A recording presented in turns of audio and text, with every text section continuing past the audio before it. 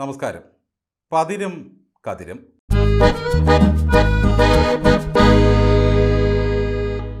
മീശമാധവൻ സിനിമയിൽ കഴുത്തിൽ കോളറും ചുറ്റിപ്പോകുന്ന ത്രിവിക്രമനെ നോക്കി ലൈൻമാൻ ലോനപ്പൻ പോസ്റ്റിന്റെ മണ്ടയിലിരുന്ന് പതിവായി വിളിക്കുന്ന ഒരു വിളിയുണ്ട്, പെടലി. അപ്പോൾ ത്രിവിക്രമൻ പറയും, എപ്പോൾ നോക്കിയാലും കൊമ്പത്തായിരിപ്പ്, നീ ഇങ്ങ് താഴെ ഇറങ്ങി വാ തരാം.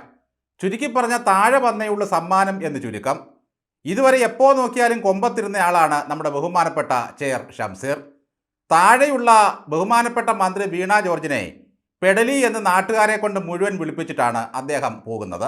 എന്തു ചെയ്യാം, ബഹുമാനപ്പെട്ട ചെയറിനു മാത്രം ചെയറില്ലാത്ത അവസ്ഥ. എല്ലാവരും സാറേ സാറേ എന്ന് വിളിച്ച് ഷംസീറിന് പ്രായം കൂടിപ്പോയി എന്നാണ് പാർട്ടി കണ്ടെത്തിയത്. സാധാരണ നിലയിൽ ഗണപതി ഭഗവാൻ പെട്ടെന്ന് കോപിക്കുന്ന ആളൊന്നുമല്ല. ഒരുമാതിരിപ്പെട്ട കുരുത്തക്കേടുകളൊക്കെ പൊറുക്കുകയും ചെയ്യും.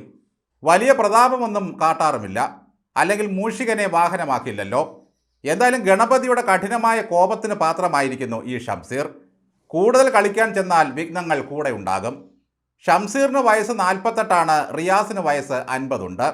ഇത്ര പെട്ടെന്ന് എങ്ങനെയാണ് തനിക്ക് പ്രായപരിധി കവിഞ്ഞത് എന്ന് അറിയാനുള്ള വല്ലാത്തൊരു വെമ്പലിലാണ് നമ്മുടെ ചെയർ. പോകുന്നതിന് മുമ്പ് വീണ ജോർജിന് നൽകിയ ചെയറിൻ്റെ ചികിത്സയായിരുന്നു ഗംഭീരം. മിനിസ്റ്റർക്ക് നല്ല പെയിനുണ്ട്, അഡ്മിറ്റ് ചെയ്യണം, കെ രാഗേഷിനെ വിളിക്കണം എന്നൊക്കെയാണ് നിർദ്ദേശം നൽകിയത്.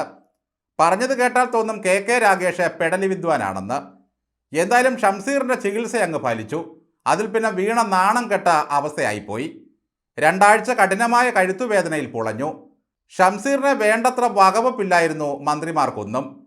MP രാജേഷിനോടും ചിത്തരഞ്ജനോടും ജലീലിനോടുമൊക്കെ കയറി ഉടക്കേണ്ടി വന്നു. ചെയറിനോട് അല്പസ്വല്പം ബഹുമാനമൊക്കെ ആകാം എന്നും പറയേണ്ടി വന്നു. പക്ഷേ മേൽപ്പറഞ്ഞ 3 പേർക്കും സീറ്റ് കിട്ടി, ചെയറിന് മാത്രം സീറ്റില്ല. സ്പീക്കറായിരുന്ന MP രാജേഷിനെ താഴെ ഇറക്കി മന്ത്രിയാക്കി. താഴെയിരുന്ന ഷംസീറിനെ മരുമകന് പാരയാകാതിരിക്കാൻ മുകളിൽ കയറ്റിയിരുത്തി. അംഗീകരിക്കാൻ കഴിയാത്തതിനെ ആരാധിച്ചു തോൽപ്പിക്കുന്ന ഒരു സമ്പ്രദായമുണ്ടല്ലോ.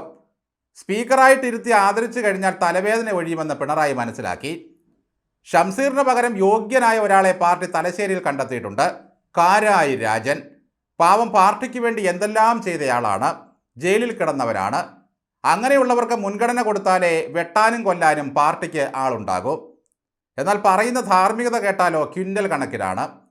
കൊടിസുനിയും കിർമാണി മനോജുമൊക്കെ അടുത്ത തെരഞ്ഞെടുപ്പിലേക്ക് കരുതി വച്ചിരിക്കുന്ന സ്ഥാനാർത്ഥികളാണ്. ഷംസീറും പാർട്ടിക്ക് വേണ്ടി ശരിക്കും പണിത പുള്ളിയാണ്. പണിക്കാർക്കെല്ലാം പാർട്ടി തന്നെ വരമ്പത്തും കൂലി പ്രഖ്യാപിച്ചു കഴിഞ്ഞു. ആളെക്കൊല്ലികൾക്ക് മുൻഗണന കൊടുക്കുന്ന പദ്ധതി പ്രകാരം PK ശ്യാമള മുതൽ ദിവ്യ വരെ സ്ഥാനാർത്ഥികളാകുന്നതിൽ ഒരു തെറ്റുമില്ല. പക്ഷേ ഇവരാരും പ്രത്യക്ഷത്തിൽ ആയുധം തൊട്ടിട്ടില്ല കേട്ടോ. എൻ്റെ ശരീരം എൻ്റെ ഇഷ്ടമെന്ന് പ്രഖ്യാപിച്ച വനിതാ നേതാവിനെ കൊണ്ട് മത്സരിപ്പിക്കാമായിരുന്നു, അതിനെയും വീട്ടിലിരുത്തി. ഷംസീർ നടത്തിയ ഒരു ട്രെയിൻ യാത്ര ഓർമ്മയില്ലേ? വന്ദേ ഭാരത് എക്സ്പ്രസിൽ യാത്ര ചെയ്ത ഷംസീറിനൊപ്പം ഒരു സഖാവ് ലോഹ്യം പറയാൻ അടുത്തുകൂടി. ടിക്കറ്റ് ഇല്ലാതെ സ്പീക്കർക്കൊപ്പം യാത്ര ചെയ്ത പുള്ളിയെ TT ആയിരുന്ന പത്മകുമാർ ചോദ്യം ചെയ്തു.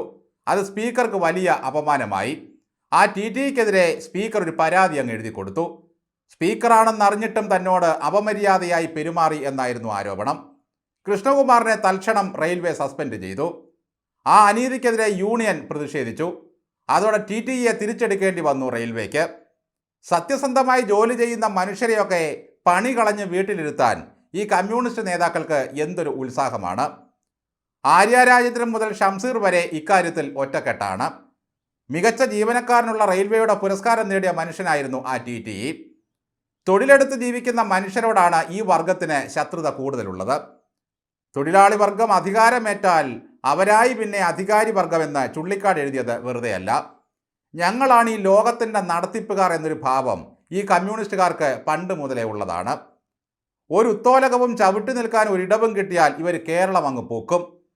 ഇനി ഒരു ഗ്രൂപ്പ് ഫോട്ടോയൊക്കെ എടുത്ത് ഷംസീറിനും വീട്ടിലിരിക്കാം, കഴിഞ്ഞ കാര്യങ്ങളെപ്പറ്റിയൊക്കെ ഓർക്കാം. മത്സരിക്കാൻ സീറ്റ് കിട്ടിയവരെ ഓർത്ത് ഒരിക്കലും വേദനിക്കരുത്. വോട്ട് എണ്ണുന്നതിന് മുമ്പേ തോൽക്കുന്നവരാണ് 3/4 പങ്കും.